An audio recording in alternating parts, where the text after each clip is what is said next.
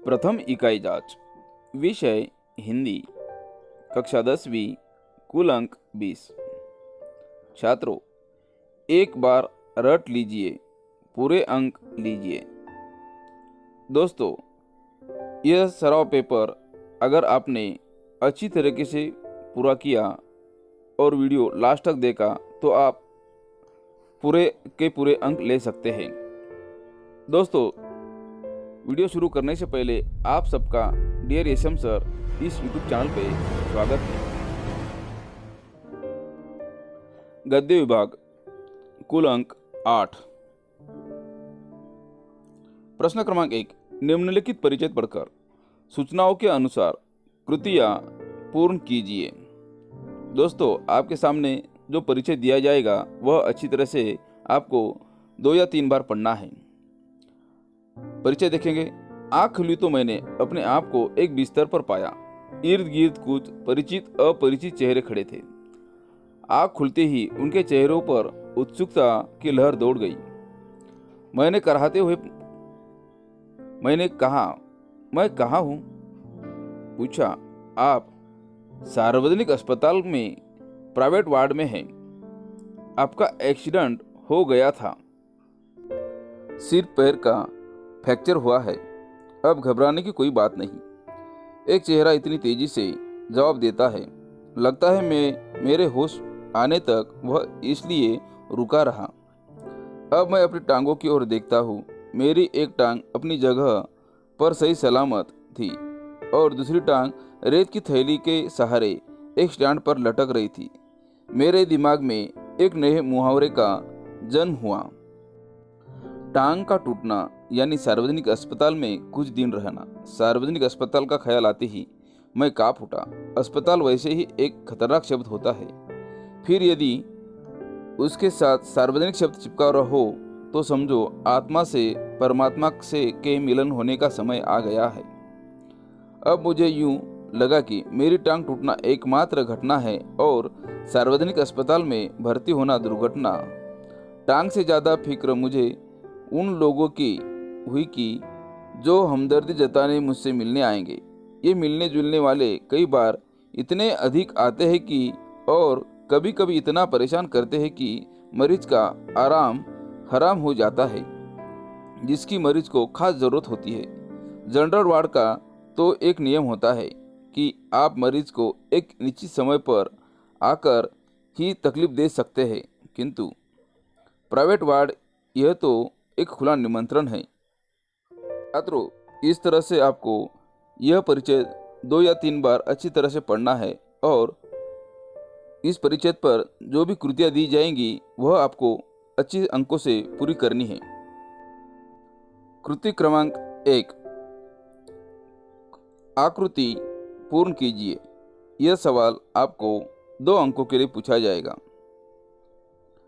आंख खुलने पर लेखक ने यह देखा। 1, आंख खुलने पर लेखक बिस्तर पर थे। 2, आंख खुलने पर लेखक के सामने इर्द गिर्द कुछ परिचित अपरिचित चेहरे खड़े थे। 3, आंख खुलने पर लेखक की आंख खुलते ही सबके चेहरों पर उत्सुकता की लहर दौड़ गई। 4, आंख खुलने पर लेखक की टांग रेत की थैली के सहारे एक स्टैंड पर लटकी थी। इस तरह से हमने यह कृति 2 अंकों के लिए पूरी की है। कृति क्रमांक 2, अंतर स्पष्ट कीजिए। यह कृति आपको 2 अंकों के लिए पूछी जाएंगी। आपके सामने जो भी कृति दी है वह आपको पूरी करनी है। प्राइवेट अस्पताल और सार्वजनिक अस्पताल, इन दोनों में हमें अंतर स्पष्ट करना है। 1, प्राइवेट अस्पताल में अच्छी सुविधाएं होती है। सार्वजनिक अस्पताल में कई बार सुविधाओं का अभाव होता है। 2, प्राइवेट वार्ड और जनरल वार्ड में अंतर स्पष्ट कीजिए। प्राइवेट वार्ड में मिलने का कोई निश्चित समय नहीं होता।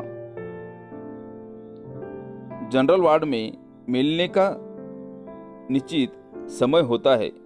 इस तरह हमने यह कृति पूर्ण की है। कृति क्रमांक 3, शब्द संपदा। यह कृति हमें 2 अंकों के लिए पूछी जाती है। 1, परिच्छेद में प्रयुक्त अंग्रेजी शब्द ढूंढकर लिखिए। छात्रों, हमने यह जो परिच्छेद पढ़ा था, इसमें से हमें अंग्रेजी शब्द ढूंढकर लिखना है। अंग्रेजी शब्द है 1, प्राइवेट, 2, एक्सीडेंट। हमें यहाँ पर 2 ही शब्द अंग्रेजी शब्द ढूंढकर लिखना है। 2, परिच्छेद में प्रयुक्त युग्म शब्द ढूंढकर लिखिए। 1 युग्म शब्द है परिचित अपरिचित। 2 युग्म शब्द है सही सलामत।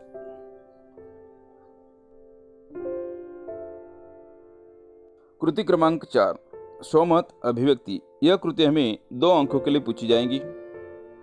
सार्वजनिक अस्पतालों में मरीजों को होने वाली परेशानियां के विषय में अपने विचार लिखिए।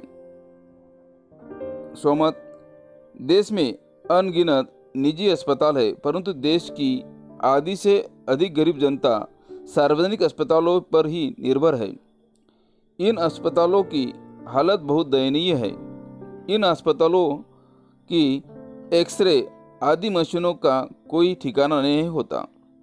गरीबों को वहाँ इलाज के स्थान पर तकलीफ ही मिलती है। सार्वजनिक अस्पतालों के समय पर डॉक्टर नहीं मिलते। यदि डॉक्टर मिल भी जाए तो दवाइयाँ नहीं मिलती, इसलिए मरीजों को महंगे दामों पर बाहर से दवाइयाँ खरीदने को बाध्य होना पड़ता है। इसके अलावा डॉक्टर के साथ साथ अस्पताल के कर्मचारियों का व्यवहार भी रोगियों के प्रति बहुत खराब होता है। ऐसे में इन अस्पतालों में मरीज का ढंग से इलाज नहीं हो पाता, इसलिए इन अस्पतालों में जाने से कतराते हैं।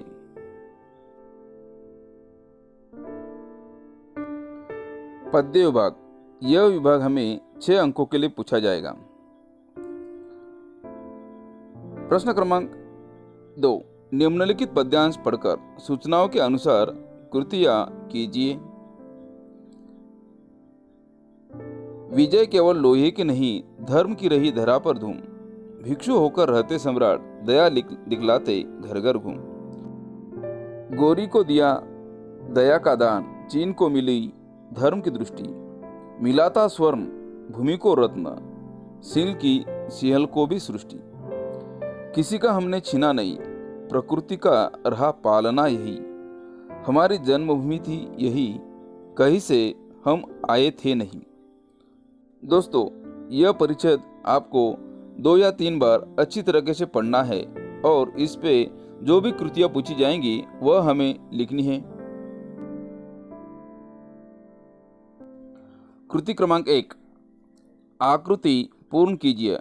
यह कृति हमें 2 अंकों के लिए पूछी जाएगी। कविता में 2 देशों के नाम। दोस्तों, हमने यह परिचय अच्छी तरीके से पढ़ा है, तो यह पढ़कर हमें 2 देशों के नाम लिखने हैं। 1 चीन, 2 सिंहल, सिंहल यानी कि श्रीलंका। दोस्तों, इस तरह इस परिच्छेद में 2 देशों के नाम आए हैं। कृति क्रमांक 2, सही विकल्प चुनकर वाक्य लिखिए। यह कृति हमें 2 अंकों के लिए पूछी जाएंगी। 1, विजय केवल रिक्त स्थान की नहीं। यहाँ पर विकल्प दिए हैं चांदी, लोहे, सोने। इन 3 विकल्प में से सही विकल्प है लोहे। विजय केवल लोहे की नहीं। 2, चीन को मिली रिक्त स्थान की दृष्टि।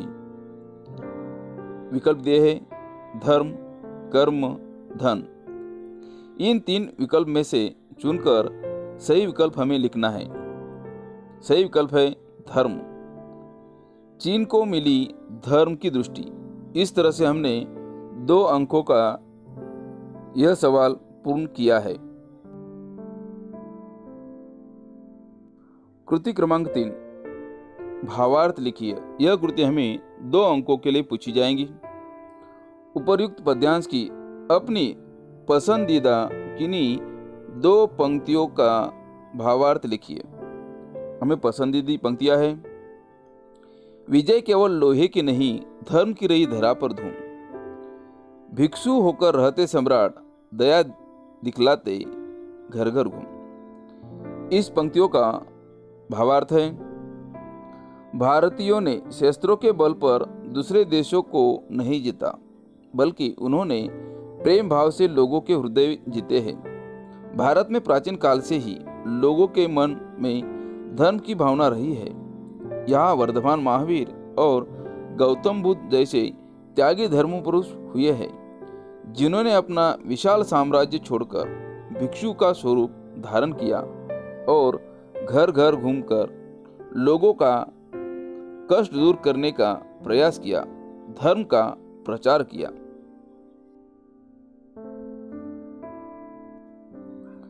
पूरक पठन। यह पूरक पठन हमें 4 अंकों के लिए पूछा जाएगा। प्रश्न क्रमांक 3, निम्नलिखित पूरक पठन पढ़कर सूचनाओं के अनुसार कृतियां कीजिए। पूरक पठन का परिचय दिया है। घना अंधेरा चमकता प्रकाश और अधिक, करते जाओ पाने की मत सोचो जीवन सारा। जीवन नया मझधार में डोले, संभाले कौन। रंग बिरंगे रंग संग लेकर आया फागुन, कांटों के बीच खिलखिलाता फूल देता प्रेरणा। भीतरी कुंठा आंखों के द्वार से आई बाहर। यह पूरक पठन का परिचय हमें 2 या 3 बार अच्छी तरीके से पढ़कर इस पर जो भी कृतियां हमें पूछी जाएंगी वह हमें पूर्ण करनी है। कृति क्रमांक 1, आकृति पूर्ण कीजिए। यह आकृति हमें 2 अंकों के लिए पूछी जाएगी। हाइकू में प्रयुक्त महीना और उसकी ऋतु, यह हमें परिचय पढ़कर यह लिखना है। हाइकू में प्रयुक्त महीना है फागुन। 2, हाइकू में प्रयुक्त महीना है बसंत। इस तरह से हमने यह कृति 2 अंकों की पूर्ण की है। कृति क्रमांक 2, स्वमत अभिव्यक्ति। यह कृति हमें 2 अंकों की पूछी जाएंगी। फागुन के महीने में प्रकृति रंगों से रंग जाती है, इस विषय पर अपने विचार लिखिए। फागुन का महीना बहुत महत्वपूर्ण होता है। इस महीने में प्रकृति में चारों ओर नवीनता दिखाई देती है। खेत सरसों के पीले पीले फूलों से भर जाते हैं। इन्हें देखकर ऐसा लगता है जैसे जमीन पर पीले रंग की विशाल चादर बिछाई दी गई हो। बीच बीच में अलसी के नीले नीले फूल पीले रंग पर छाप जैसे लगते हैं। पलाश के वन लाल रंग के बड़े बड़े फूलों से लद जाते हैं। दूर से इन वनों को देखकर ऐसा लगता है मानो पेड़ों से आग की लपटें निकल रही हो। विभिन्न प्रकार के पेड़ों पर गुलाबी रंग की नई नई कोंपलें आ जाती है। इन्हें देखकर लगता है जैसे ये पेड़ गुलाबी रंग के वस्त्रों से सज गए हैं। इनके अतिरिक्त फागुन के महीने में ही तो होली का त्योहार आता है, जब चारों ओर तरह तरह के रंगों के अबीर गुलाल की बहार आ जाती है। लोग खुशी से एक दूसरे को रंगों को सराबोर कर देते हैं। इस तरह फागुन के महीने में प्रकृति तरह तरह के रंगों से रंग जाती है।